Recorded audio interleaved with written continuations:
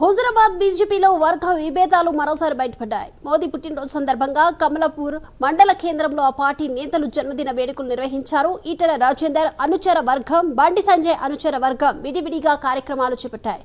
BJP నేతల తీరుపై సర్వత్రా చర్చ నడుస్తుంది. స్థానిక సంస్థల వేళ వ్యవహారం చర్చనీయాంశంగా మారింది.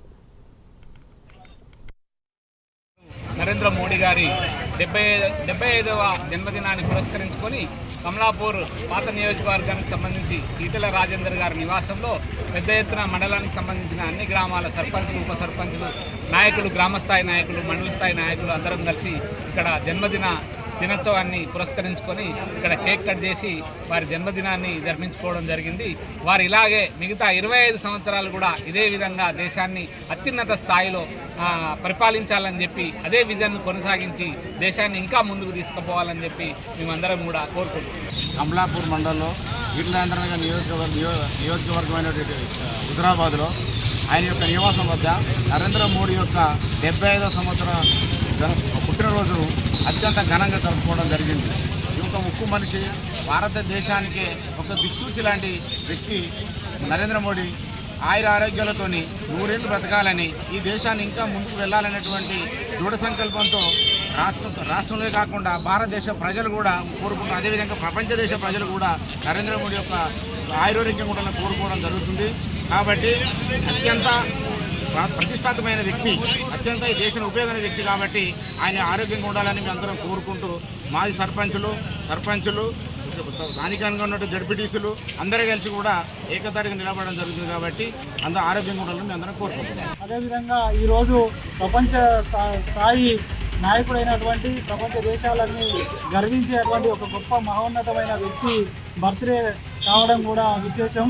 ఆయన నరేంద్ర మోడీ మన ప్రీతమ ప్రధాని గారి జన్మదినాన్ని పురస్కరించుకొని ఇవాళ మేము ఈ మండల పార్టీ పక్షాన ఆయనకు జన్మదిన శుభాకాంక్షలు తెలుసుకుంటూ రోగులకు పండ్ల పంపిణీ కార్యక్రమం కూడా మేము చేపడుతున్నాం, కేక్ కట్ చేసి. అదేవిధంగా రాబోయే రోజులలో మోడీ గారు ఆయురారోగ్యాలతో ఉండి ఈ దేశానికి మరింత సేవ చేయాలని మేము అందరం మనసారా కోరుకుంటున్నాం. హుజురాబాద్ బీజేపీలో వర్గ విభేదాలు మరోసారి బయటపడ్డాయి. ఈ అంశానికి సంబంధించి పూర్తి అప్డేట్స్ మా ప్రతినిధి తిరుపతి అందిస్తారు. తిరుపతి.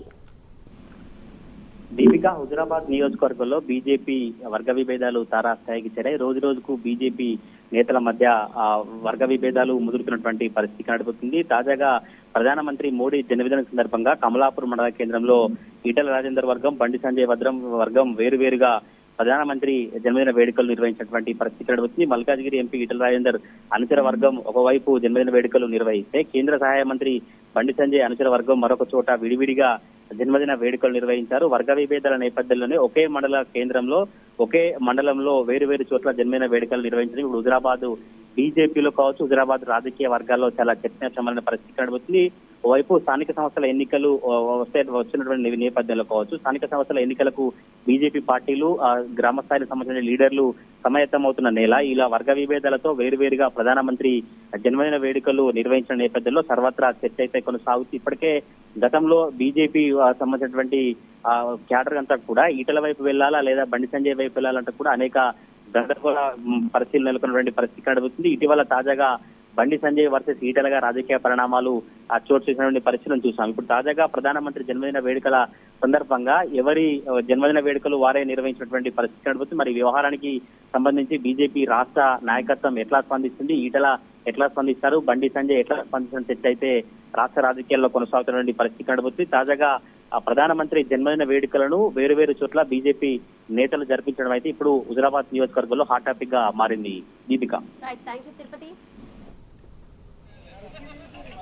Thank you Tirupati.